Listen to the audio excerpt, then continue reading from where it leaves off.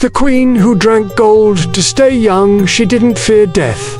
She feared wrinkles. Imagine a woman so radiant, so impossibly youthful, that her beauty bends the will of kings. Her skin glows like morning sunlight. Her voice calm as still water. At age 50, she has the face of a woman half her age. Nobles whisper of witchcraft. Priests pray for her soul. But her secret isn't magic. It's not prayer. It's something far more terrifying. She drinks gold, not metaphorically, literally. Every morning she lifts a delicate chalice to her lips, filled not with wine, but with a shimmering, metallic elixir, liquid gold. She swallows it slowly, letting it burn down her throat, knowing that it's what keeps her beautiful. Her name was Diane de Poitiers, mistress to King Henry II of France, enchantress of the French court, and, as science would later reveal, one of the earliest recorded victims of luxury-driven. Diane wasn't just a woman of elegance, she was an obsession. King Henry gave her everything: land, titles, jewels, even the crown's influence, while his wife, Queen Catherine de' Medici, watched from the shadows. Diane ruled his heart, and in turn, she ruled France without ever wearing a crown. But Diane had one fear greater than scandal, greater than the queen, greater even than death itself: age. In a world where a woman's power faded with her beauty, Diane refused to fade. She would defy time, and to do that, she turned to alchemy. In the 16th century, alchemy wasn't just about turning lead into gold. It was a belief system, a fusion of science, mysticism, and desperation. One belief stood out: that ingesting gold, the most perfect of metals, could grant divine vitality, eternal youth, even immortality. Diane's physician, a man devoted to hermetic medicine, began preparing her elixirs using actual gold. The process was brutal. Gold flakes were dissolved using mercury and nitric acid. The result, a radiant, toxic potion called aurum potabile, drinkable gold. Most nobles feared it. Diane worshipped it. She started with a few drops, mixed into rose water, then more. Soon, she was drinking it daily. Some say she even bathed in it. Her skin took on a warm, unnatural glow. Her hair shimmered, her eyes gleamed. She became ethereal, unaging.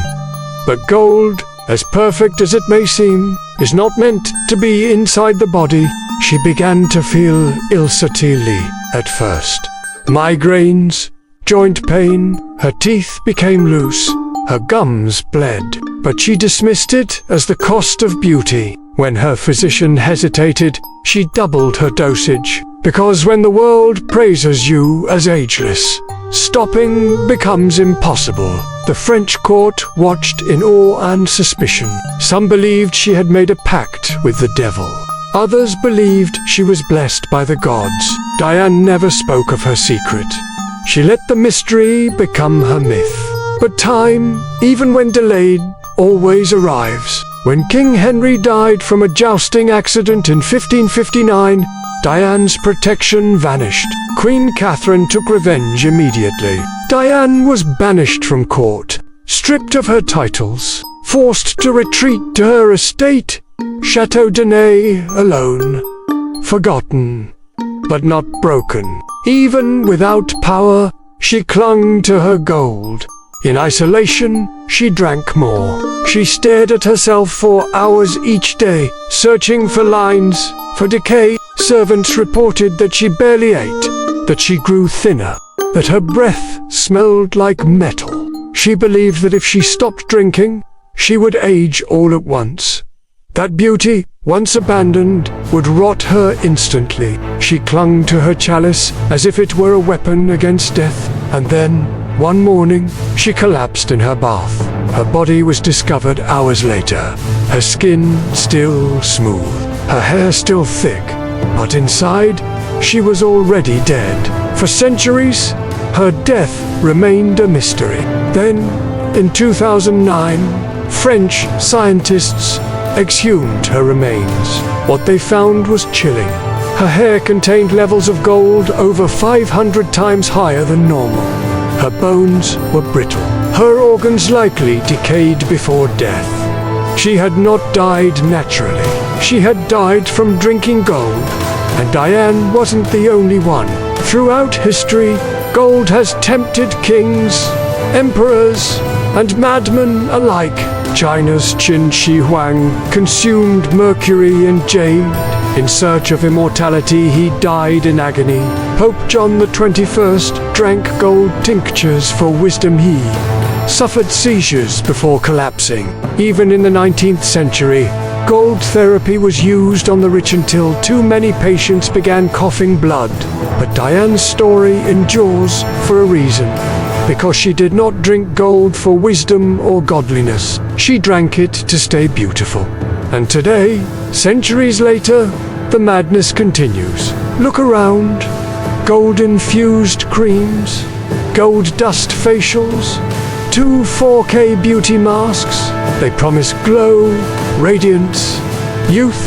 They call it luxury, but they never mention Diane.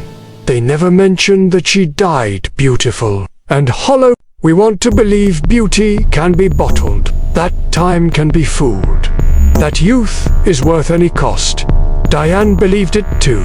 She lived by it, and in the end, it consumed her one golden drop at a time. So, the next time you see something shimmering in a jar, ask yourself, are you buying a miracle, or your own slow death packaged with a ribbon?